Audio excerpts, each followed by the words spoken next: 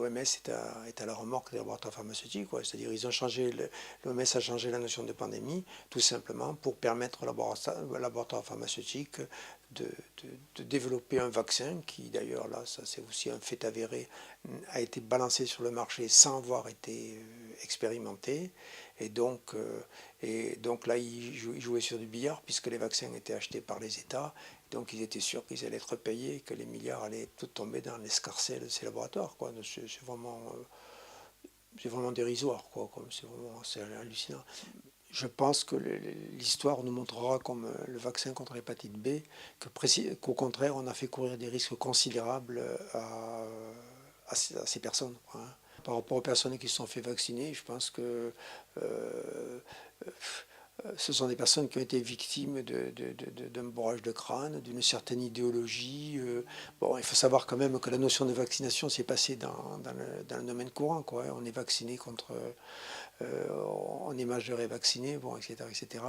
Et l'efficacité des vaccins, a priori, n'est pas mise en doute dans la tête des gens. C'est-à-dire, voilà, depuis des dizaines et des dizaines d'années, il est admis que le vaccin, qu'il faut se faire vacciner contre tout et n'importe quoi. Voilà.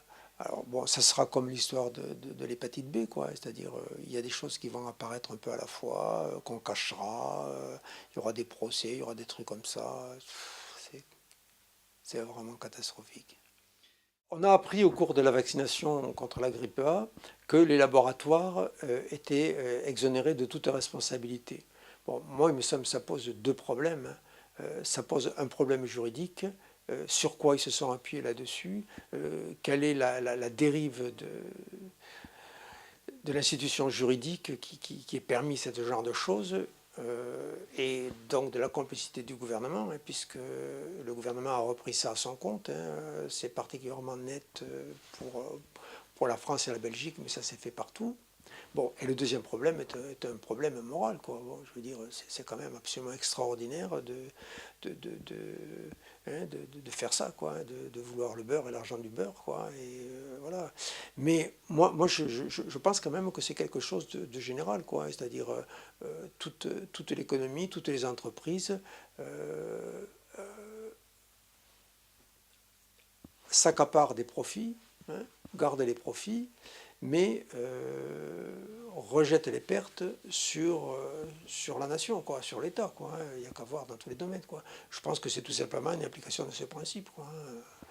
Mais voilà, ça pose deux problèmes juridiques. Il faudrait savoir si juridiquement ça peut être attaquable. Mais à mon avis, même si c'est attaquable juridiquement, on peut faire confiance au pouvoir en place. Il trouvera la parade, il trouvera la justification juridique.